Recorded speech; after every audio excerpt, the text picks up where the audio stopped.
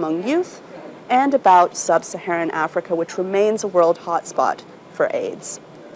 However, the one thing that everyone wants remains elusive at this conference: a cure. For Channels TV, Anita Powell, VOA News, in Melbourne, Australia, at the International AIDS Conference. Now, remember that Sudanese woman who was supposed to be killed for renouncing Islam? Well, she's fled to Italy after being spared the death sentence and has met the Pope. Maryam Ibrahim flew to Rome with her family after more than a month in the U.S. Embassy in Khartoum. There was global condemnation when she was sentenced to hang to death by hanging for apostasy by a Sudanese court.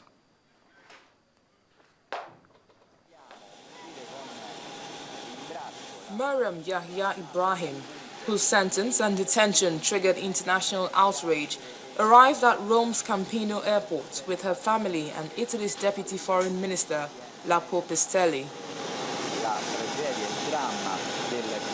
Italian Prime Minister Matteo Renzi and his wife Agnes, as well as Italian Foreign Minister Federica Mogherini, were at the airport to receive the family.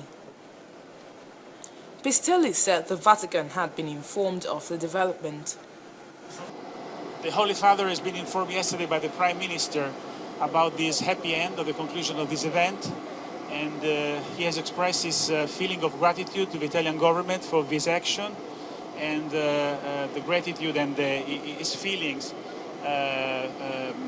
on the family and on the positive case of Maryam. So we will see in the next few hours what's going to happen.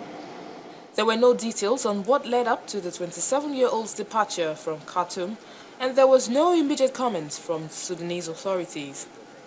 Ibrahim was sentenced to death by a Sudanese court in May on charges of converting from Islam to Christianity and marrying a Christian South Sudanese American.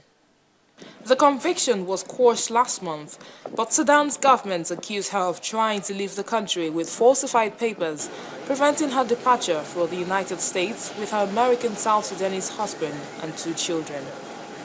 Ibrahim says she was born and raised as a Christian by an Ethiopian family in Sudan and was later abducted by a Sudanese Muslim family.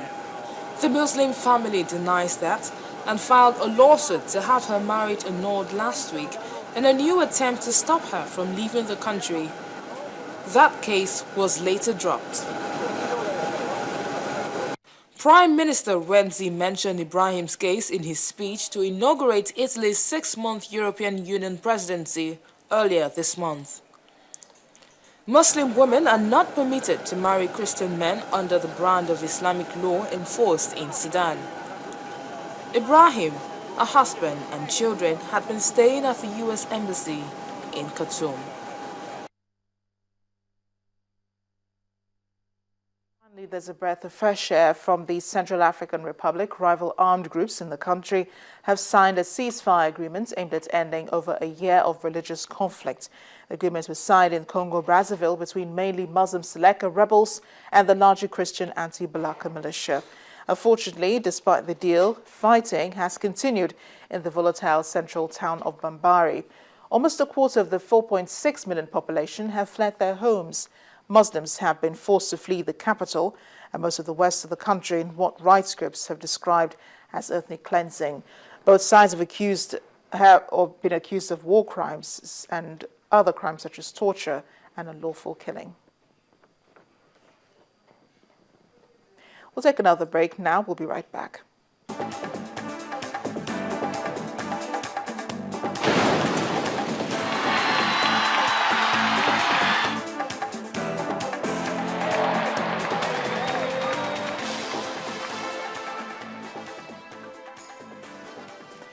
And as we end the world today, here's one story that might bring some cheer to your day if you're having a tough one.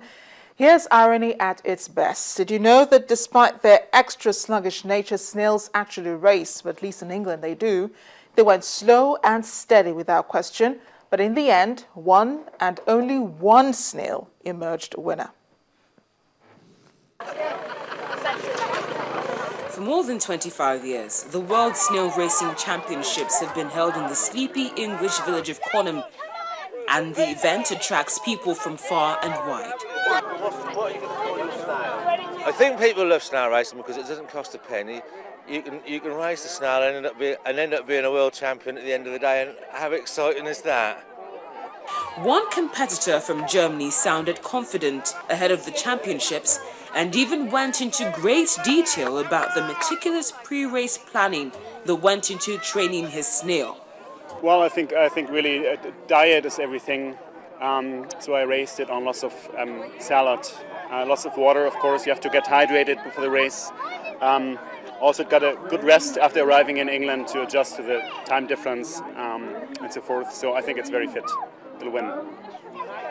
The race sees snails placed down onto a white cloth draped across a table and then race from a small red circle in the center of the table to an outer red ring. The first to touch the outer red ring is crowned the winner. 150 snails were entered for this year's championships, with a number of heats whittling down the number before the final. The final race was conducted on a specially embroidered tablecloth that was regularly doused with water to help facilitate the best racing conditions. Garden snails were used for racing, and most competitors brought their own snails, some of whom were champion snails from previous years. The winner, called Wells, crossed the critical outer red ring in 3 minutes and 19 seconds, a slow time which reflected the difficult, humid conditions of the day. The trophy was stuffed with leaves and Wells was placed gently on top as both he and owner, Zubek Butler Aldred, were proclaimed as the 2014 World Champions. The next World Championships will be held on July the 18th, 2015, but it's not clear if Wells will return to defend his title.